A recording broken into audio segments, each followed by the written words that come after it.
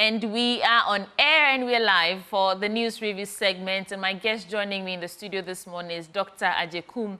He's a member of the NPP communications team. The last time you mentioned that they said your name is hyphenated. Yeah, Ajekum Obeng. Ajekum Obeng, yeah, lawyer Ajekum Obeng. Welcome to the program. Thank you, City. Okay, so let's get right into it. In the course of the conversation, we'll introduce our second guest as and when he gets here. But you have your 2 minutes to walk us through what's top of your mind. What's top of my mind this morning is the road reconstruction from the Ofankor to Sawam stretch. And parts have been opened to traffic. And you see the nature of the road, and it speaks to the improvements we are making in the infrastructure sector. The fact that we are seeing massive improvements to ease traffic, to reduce carbon and smoke emission and its effect on the environment, and how it's going to help with activities in terms of movement of goods and services. You know, the road linking Accra to Kumasi is a major road, and those who come from Burkina and Niger and clear their goods through Ghana, they ply that road. So it's a huge commercial road, and we say kudos to government for taking such initiative. So we plead with those using that stretch of the road that's the parts that are yet to be completed. You should at least kindly bear with the contractor and those who use the roads, the humans that use the roads as well, to at least make sure that we don't overspeed or drive, in quote unquote, carelessly on the stretch. Right. You said you were reducing carbon emissions. I just wanted clarity on how you're achieving that. Okay. So you know how long you transit through traffic, points to how much emission you release into the atmosphere. So if you check our country, our peak periods of carbon emission from our vehicles are the mornings, the rush hours, and people are going to work, and the evenings when we close. And it's because of the nature of our roads and the heavy vehicular traffic that we usually encounter. So when you open up the roads, you are constructing more road, more wider roads, dual carriage, triple carriage, whatever. It means you are reducing the amount of time people spend in traffic, vis-a-vis how much emissions we produce to contaminate the atmosphere. Okay. Yeah. Let's get into our newspapers. I'll start, and I have the Daily Graphic. First, I'll take you through all the stories on the front page. Students Loan Trust Fund disburses 20 million cedis to students. On promoting inclusive governance, winner takes all system must stop, experts advocate. 32 journalists, media houses nominated for awards. And President Akufo Addo at the UN General Assembly, and he says Security Council needs overhaul, structure deficient in addressing global challenges. We just brought you that story this morning on how there's no representation for the African continent on that council. And let's get into it. World Tourism Day on the theme Tourism and Peace. I want to start with a story from right here on the president, some of his submissions and that's his last address actually to the UN Council.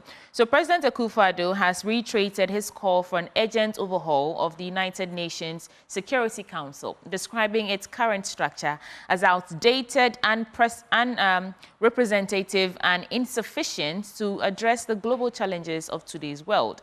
And speaking at the 79th session of the UN General Assembly in New York, in the United States of America, the Ghanaian leader, emphasized the need for inclusivity and fairness within the council, arguing that the existing framework was no longer fit for purpose. What is your take on this matter? Obviously, the president's call is a good one because this is a United Nations Security Council, and if there's no African representation there, then there's a deficit. But it's for your reflection. It speaks to how Africa has been treated, when it comes to the global bodies. We have huge population in terms of numbers. We have huge resources in terms of natural resources. If you look at the demography of the African population, the population is very youthful. So in terms of work outputs, Africa is ranked one of the highest in terms of work outputs and in terms of resource mobilization. Yeah. If you look at the world's superpowers. Both human and natural resources. So if you look at the world's superpowers, everyone is almost trying to pitch camp with one African country or the other. Especially for territorial protection and allies and in terms of trade and all that. So if the world has grown up to this level, there's globalization, and there is huge transfer of knowledge, work across continents, work across countries, and we've come to the level where we are all coexisting in one ecosystem. Then it's just prudent that the African continent that contributes so much in terms of human and natural resources gets right representation. It speaks to how much it's skewed in terms of who has what to say and who has what power when it comes to decision making. Okay. Looking at how the African has evolved and the continent has also evolved in terms of democracy and in terms of multi-party system, and the few security unrest across some of the African countries. I believe it's about time the world took a second look at Africa's stance on global issues and the representation thereof. So yes, kudos to the president, and I believe all ASEAN countries leadership who had the opportunity to address the UN would also speak same. It's an advocacy.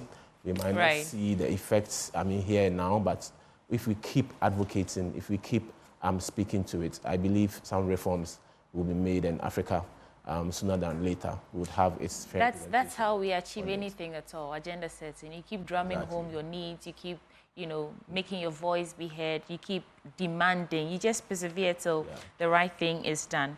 Let me run through the stories here before I get to the story on the Electoral Commission. So, Nigerian soldier dismissed after alleging rape hits out. Burkina Faso foils attempted coup.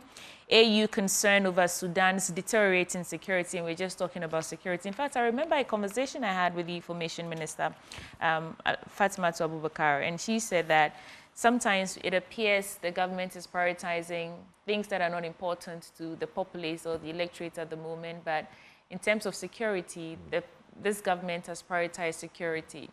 And they will choose that, securing our borders, because of the, pockets of violence surrounding us over things like maybe, I don't want to speculate, but the question was, in relation to the National Cathedral and how it appears we're pumping money into that pit that we see now, and how it appears it's important to governments, but these are not some of the things that we want. And her response was that some of the things that government prioritizes, like security, we may not see the effect right now, but in the long term, we'll see that. And this is not in any way to bring her into the conversation. So human rights response to Galamsey, and I want to read just a bit of that.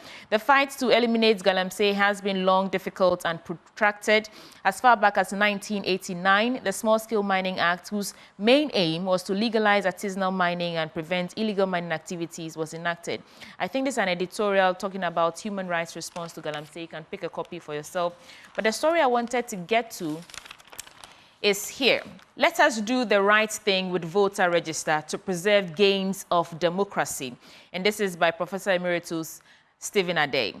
And he's a compatriot, and he's saying that it concerns the National Democratic Congress demands regarding the credibility of the voter register, which has already engendered, thank God, a peaceful demonstration of September 17, 2024.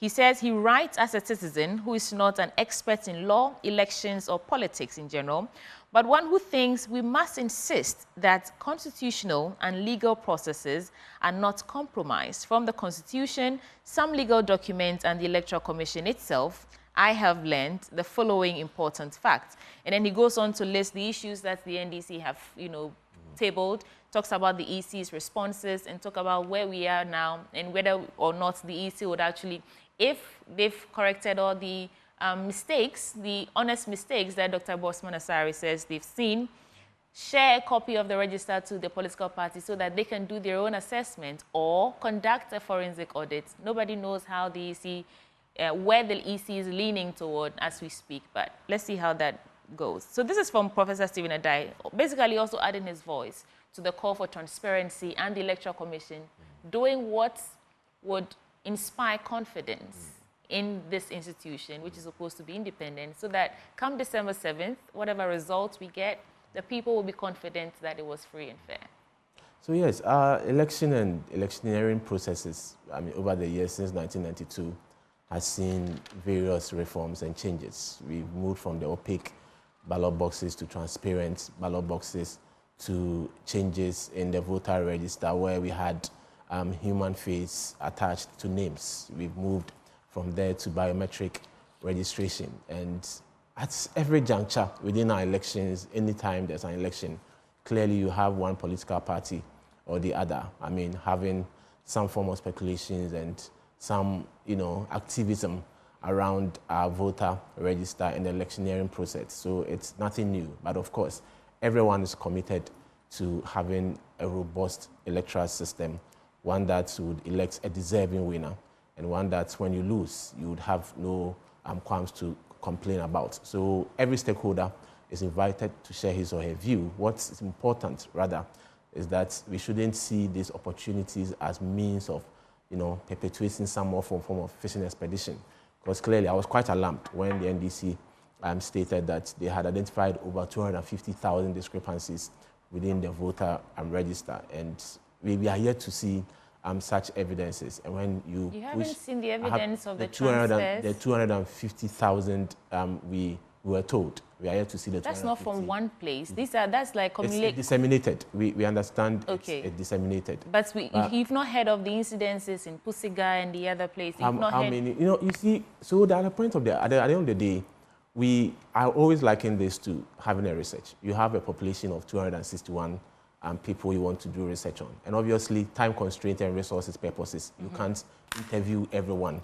So you choose what you call the sample size. By the end of the day, it should be representative enough to make sure that if you are done with your research, the numbers you are interviewing or you are researching on would be representative enough for you to make any deduction or determination for the entire population. So if you have 261 districts and you go to Pusiga and you have an issue there and the other areas you pointed out, is it representative enough for you to say that I have enough places or enough districts that if I should have any scientific deduction out of whatever I've discovered, they will be representative enough of the 261. So no one is saying we should shy away when there are issues, but let's ask ourselves, are the issues disseminated enough? Are they ubiquitous enough? Are they enough for us to make a generalization on behalf of the 261? I must ask you. Aside, yeah, exactly. Dr. For me, and where I sit, they are not enough for us to make generalization for the entire 261 districts. If you were, hold on a second, if you were in opposition and this current government was an NDC government, right, going into the December 7 polls, and you identified these discrepancies, people are unable to confirm their registration, their details, or where they'll vote because there's been some transfers.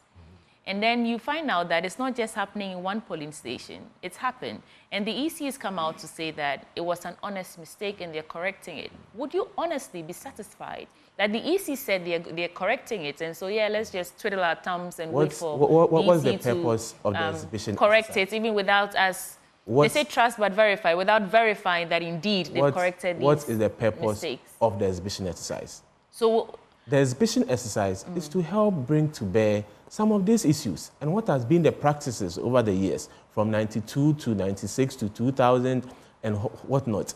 Anytime we've had such situations, I remember during the time of Afarijan, from what we read, there were such issues, and committee was set up to deal with such concerns. So yes, we are not saying that you'd find everything perfect with the electoral roster. However, the issues and the discrepancies we identify during the exhibition exercise, that is the purpose of the exhibition exercise. So whatever you encounter, whatever you discover during the exhibition period, you bring them to bear for them to be corrected.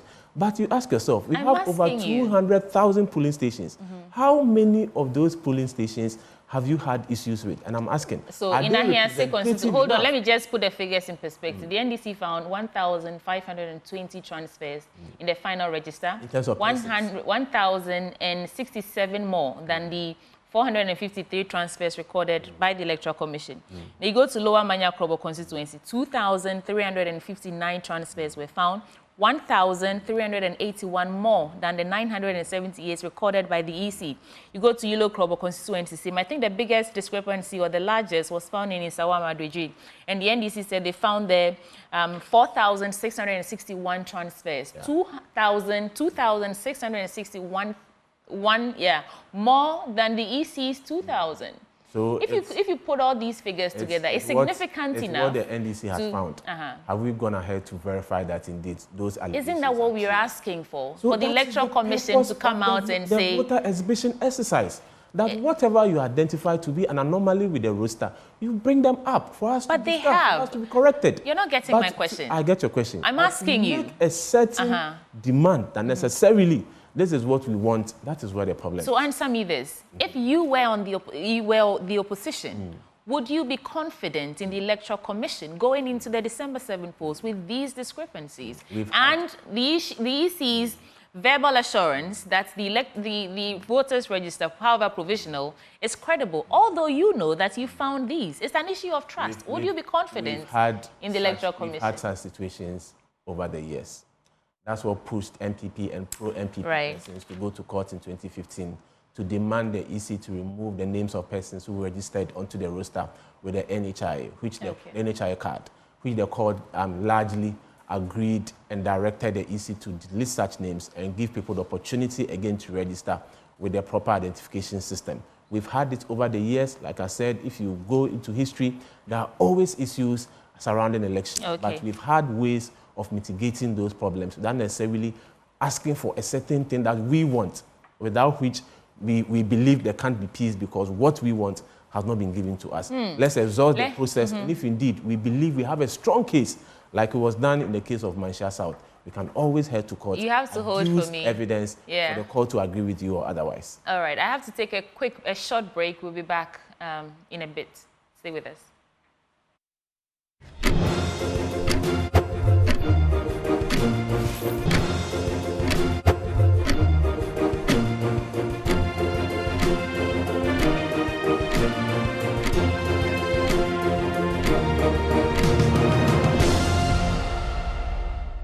Oh, thank you so much for your patience. We're trying to usher in our second guest, Mr. Bismarck Abobiaite, the NDC chairman for Ayawaso West Wuogon.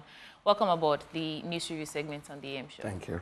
Okay. Now, because you're late, I would, maybe in the course of the conversation, you get to share your thoughts with us. But the story we're discussing from the Daily Graphic is the story about the Electoral Commission's stance on voter register, the provisional voters register. And the argument really is whether or not, if the NDC were in power and the NPP were in opposition, that if they would be confident in the Electoral Commission based on the discrepancies that have come out and the EC's response, admitting that it was a mistake, but insisting that the voters register is credible and not very open to a forensic audit of the voters register and a possible re-exhibition of it. So that is where we are. Your brief take on that, and then we move on to other stories. Thank you, and good morning. Yes, when it comes to confidence in the Electoral Commission, you can be sure or you can have that confidence when NDC is in power. Because all stakeholders have spoken. They've spoken severally on the basis that 2016-2020, there was a similar forensic audit of the register, which was proposed by the MPP and other stakeholders, which was done. So if NDC, we were able to do it, why now? So this time too, it's necessary that we do it. Let's do it. You know, something that you have admitted there's error in it, you are going to correct the error. How will I know that the error has been corrected or have been collected? The question is that you, the Electoral Commission, you didn't identify those errors. It was identified by the NDC. So if you go ahead to even correct them on your own, bring the result back to the NDC for us to cross-check with the errors that we identified to satisfy ourselves that you have done the correcting. Okay. So if you are saying that you are not bringing the register or you will not allow anybody to go into the system to help you correct the things so that we have confidence that the right things, as we stated and written and presented to you, were resolved amicably, then you are not prepared to work with us. Okay. Therefore, there is something in there that we believe that will be inimical to the progress of our democracy and the way forward of the election 2024. The truth is, everyone is observing keenly how this all plays out. And it is 72 or so days to the election, the general elections. And so the onus really falls on the Electoral Commission on how to navigate this. And it's a very politically charged environment. And so they need to do what they think best and what listen Not to what they think No, best, they will do. what will be in the interest Hold on a of second. this They country. will do what they think is best, but I'm saying that they should listen to the voices of the people, and the many, many people who've come out, stalwarts, Ibn Chambers. This morning we were just reading about Professor Stephen Addo, CSOs, religious bodies, trade unions, saying that just show us what this register looks like if you've corrected the mistake. But we have to move on. They are now working with magistrates I trying know. to do something. Yeah, so like I said, it will So go that's a either way. problem. Point of correction, in 2016, there was never any forensic audit of our register.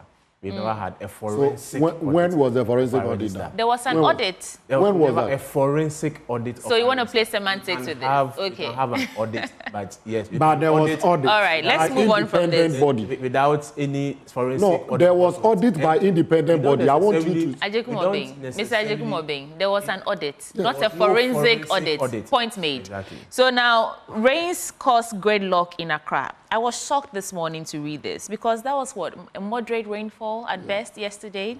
But in Accra yesterday morning, it gave yet another indication, and this is on the back page of the Daily Graphic, another indication that the flooding situation is not out of sight. After about an hour of rain, there was some flooding along major roads of Accra, such as the Buzia Highway and Kaneshi in particular. The Dansoman Junction along the same stretch, Banana Inn, Abeka, basically the same places that we see these issues of flooding, or every time there's a moderate rainfall.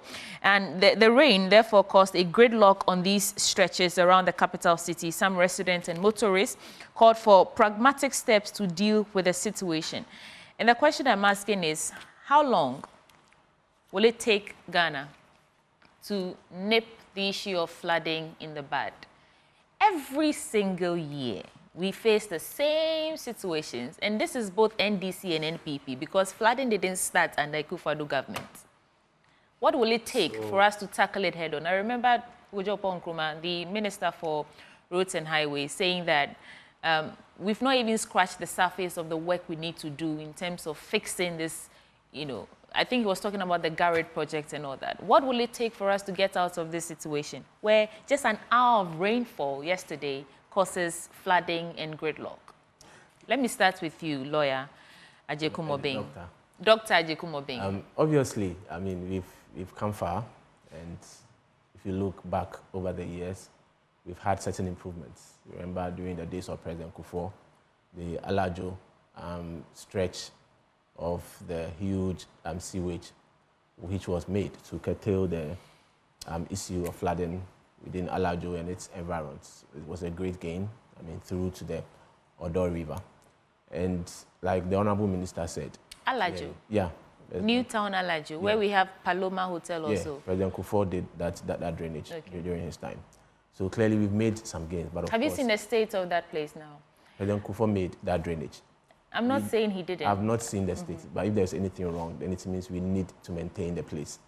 So there's still a lot that needs to be done by way of making sure that our drainage system is well kept. We keep, flagging the issue year in, year out, but we still need to work very hard at it. And my place up to the Ofankor stretch, we used to have a similar problem, but I must commend my municipal chief executive. He took a bold decision and got people to make sure he dredged the drainage, around the Ofankor barrier and its environs. And yesterday when I applied the road after the rains, I'm surprised at some parts saw such floods, emanating. I didn't see such, around my area and that particular stretch of road. Doesn't mean it didn't happen. So I'm not saying it didn't happen. Yeah, you're taking time to get to the point. Indeed, the point. There is a lot we can do. We've had few gains in that regard. We still need to be committed to do more.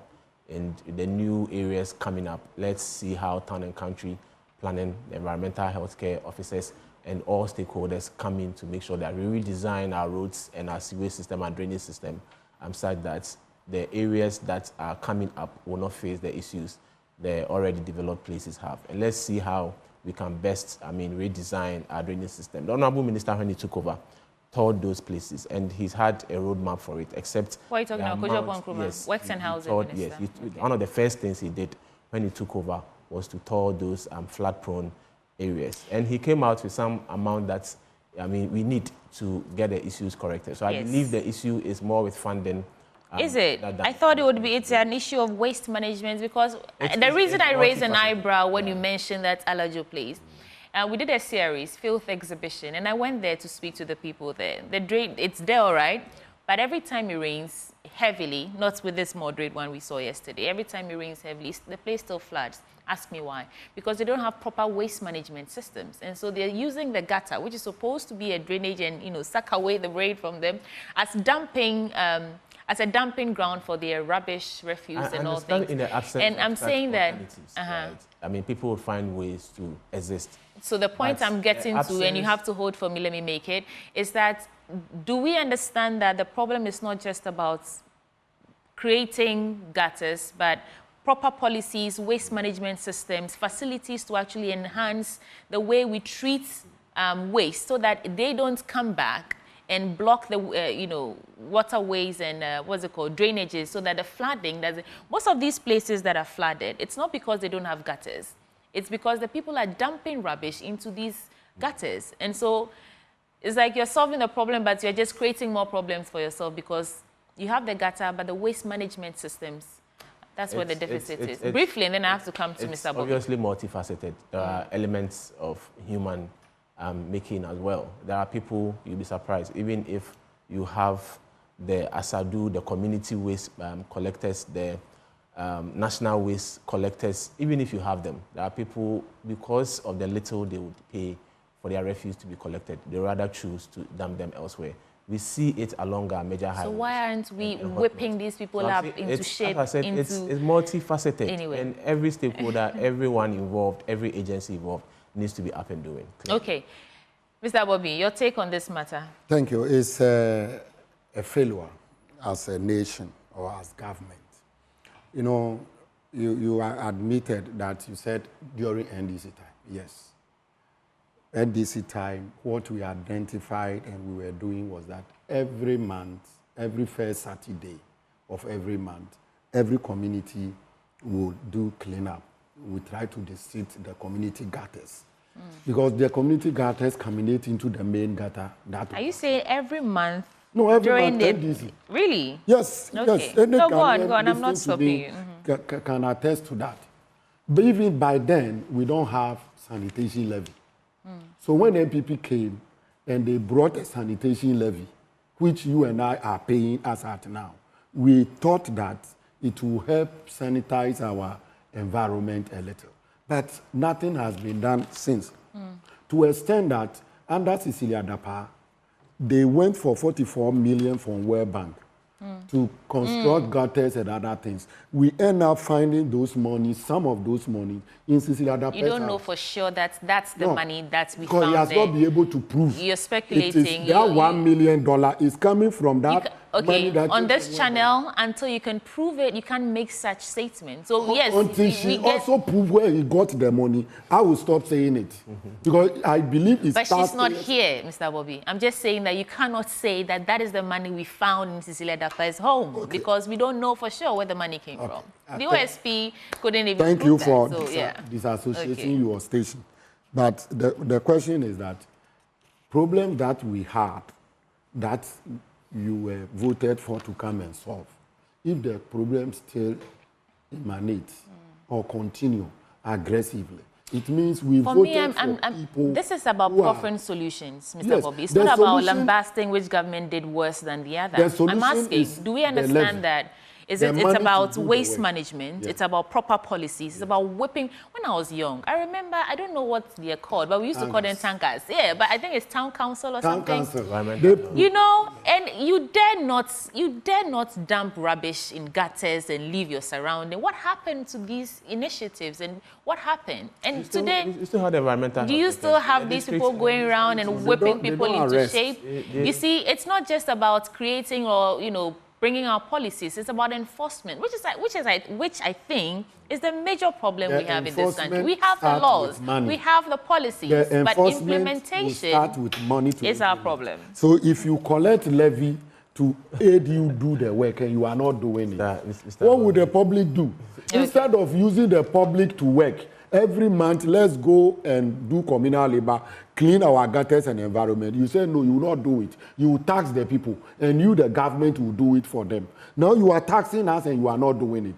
By NDC time, there was no tax, but areas were clear and clean. Where we have to weed, we are weeding. Where gutters are choked, we are clearing them, desitting. They actually did that 1 month thing. No, No, I'm not saying it's a 1 month. Like every month there was an activity. The AMA was doing something. Every region, every. I just cannot confirm it was every month. Assembly, every month. There was no flooding during your time. I'm saying that whether there is flooding or not, there was effort for us to start something. Did you continue? After even taxing us on top, did you continue to ensure that our gutters are defeated for free flow? Can you imagine airport residential area? Airport, East Legon, Jowulu, when it rains, all these important areas, I would say elite community, they all get flooded anytime it rains. Last small rain that you are talking about 3 days ago, when you go to airport, what is the problem? It means the small gutters are choked. Who is to clear them?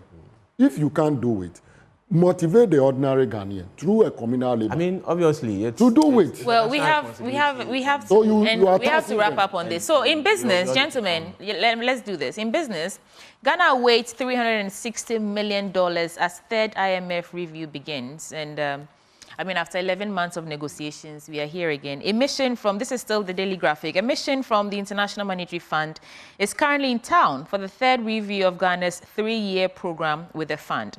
The review, which started last Tuesday and expected to end on October 4th, will assess the performance of the country in relation to the performance targets agreed with the fund under the program, which is aimed at restoring macroeconomic stability and debt sustainability.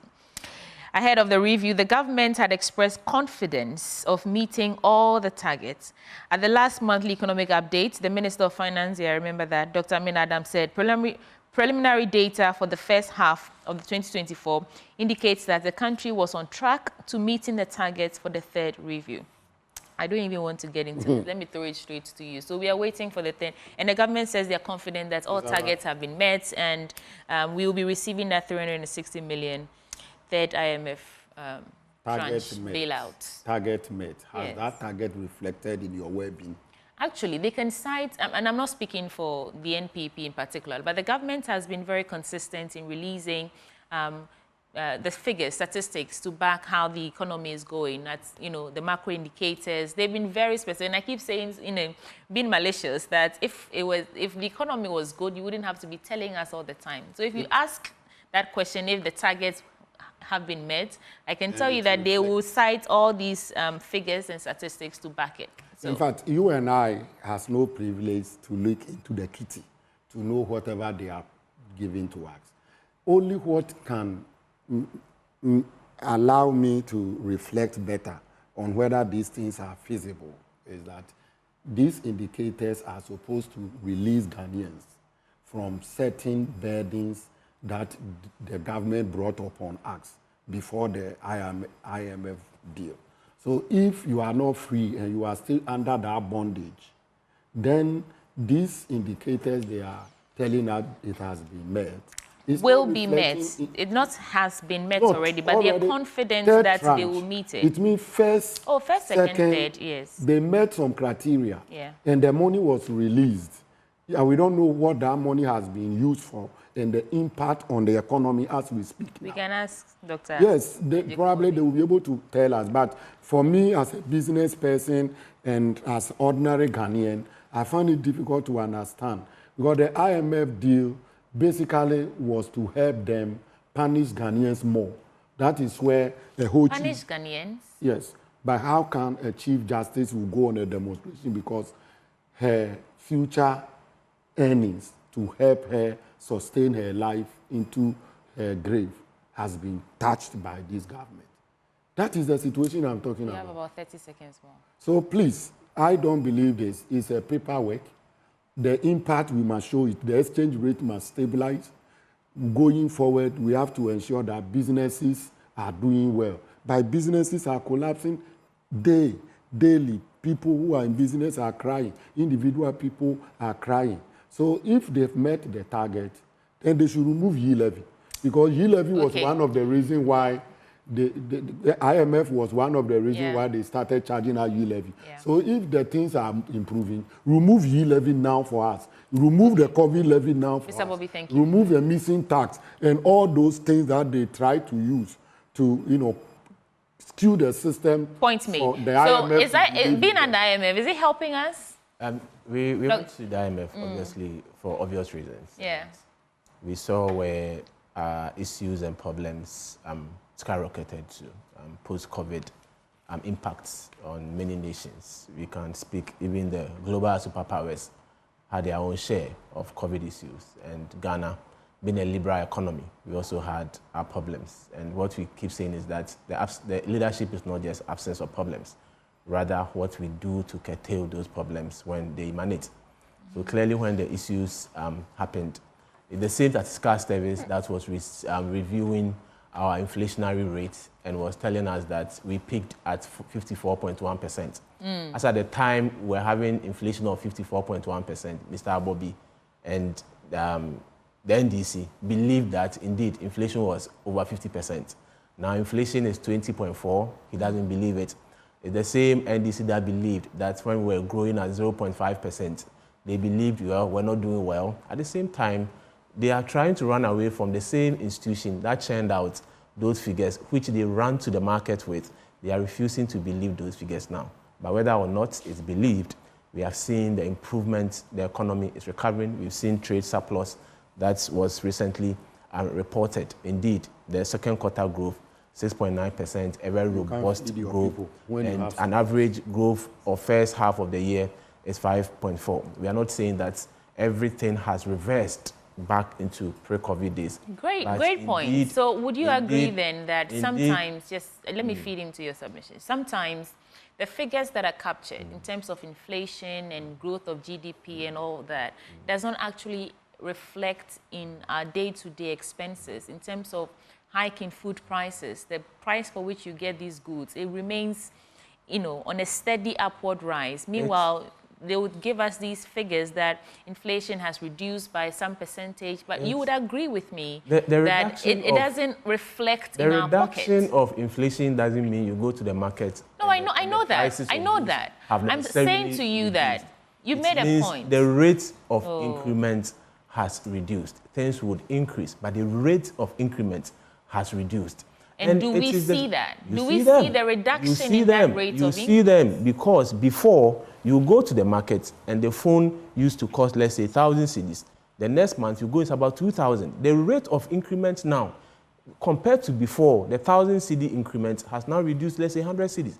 That's the import of reduction in inflationary figures, for example. And it's the same reason why, for the fourth time running, your fuel prices are coming down. If the economy is not responding to the program, if the economy is not responding to government policies to bring us back onto better track, you wouldn't see the prices of fuel at the pumps reducing, for example. So we've not said that everything about the Ghanaian has become better overnight. But of course, we got to a certain level.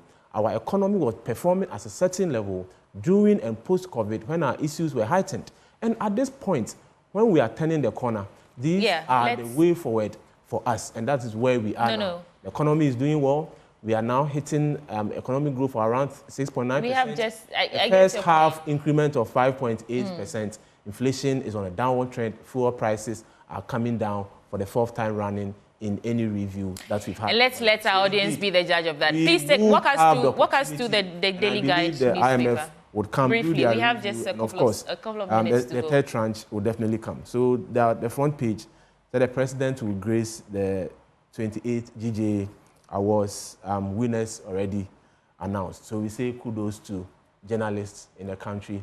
Keep helping governments, keep helping societies, keep helping individuals, keep feeding us with unbiased information and accurate reportage. And you are I thought you walk us through all the stories on the front page. Stakeholder in our electioneering process. So as we are gearing up to elections, we know the role journalists and media houses will play. So we say kudos to all journalists. And parts of the front page issues, the ECG boss resigns, reasons best known to him. And government moves to pay Trafigura, says the finance minister. And there's a bit on the demonstration that's happened over the weekend, and the persons arrested by the police, those have already been arraigned before the courts and the rest. So NDC is demanding that the other 11 remanded people be released. So that's on the front page. Okay, I'll take quick reflections from you, Mr. Bobby, and then we go. Yes. Which of these stories? I will concentrate on let our people go. NDC defend protesters. 11 more reminded. It's unfortunate how Delhi Guide has been. I don't know. I don't Captures, use yeah. Since this thing started, ordinary Ghanaians, even if some of them are NDC, they also drink water. So if they have issue with the pollution of our water bodies, and they are calling on the president to halt galamsey or illegal mining so that Ghana will have a future in terms of the water that we drink, they started first. 46 NDC protesters arrested. Yesterday, it was 39 NDC protesters reminded. Today, let my people go, NDC defense protesters. I'm asking that Oliver whatever the name is. Hey, Oliver Bakavomao. Yes, it's a very heavy name for me to mention. This gentleman, I don't know whether he has NDC card, whether he belongs to NDC or MPP or any other political party. The real issues are that MPP has supervised the, the illegal mining sector to an extent that when they came, we thought they could have stopped this thing, but rather they have allowed their own boys, youth in mining.